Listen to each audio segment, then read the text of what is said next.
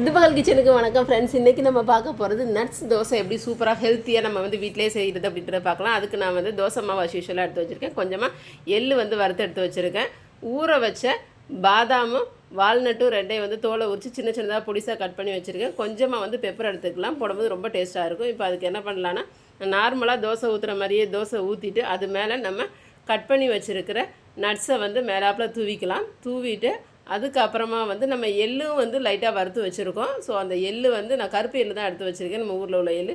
So அந்த எள்ளையை லைட்டாக போட்டுக்கலாம். போட்டுட்டு அதுக்கு மேலாப்பில் லைட்டாக பெப்பரை தூவி விட்டு நீங்கள் எப்பயும் தோசை போடுற மாதிரியே தோசையை வேக வச்சு எடுத்தீங்க அப்படின்னா ரொம்பவே சூப்பராக இருக்கும். ரொம்ப ஹெல்த்தியான ரெசிபியும் கூட.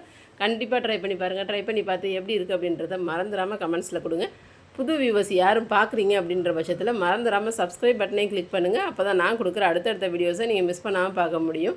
நம்ம இந்த மாதிரி மூடி போட்டு அதை எடுக்கும் போது நம்மளோட சத்து எதுவும் ஆவியில் எவாப்ரேட் ஆகி போகாது அப்படின்னு சொல்லுவாங்க தோசை செய்யும்போது.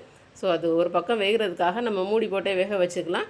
வேக வச்சுட்டு அந்த பக்கம் வெந்ததுக்கப்புறம் திருப்பி போட்டுட்டு மறுபடியும் அடுத்த பக்கமும் அதே மாதிரியே கொஞ்சம் நேரம் அடுத்து ஒரு நிமிஷம் வேக வச்சா போதும். அதுவும் வெந்து வந்துடும்.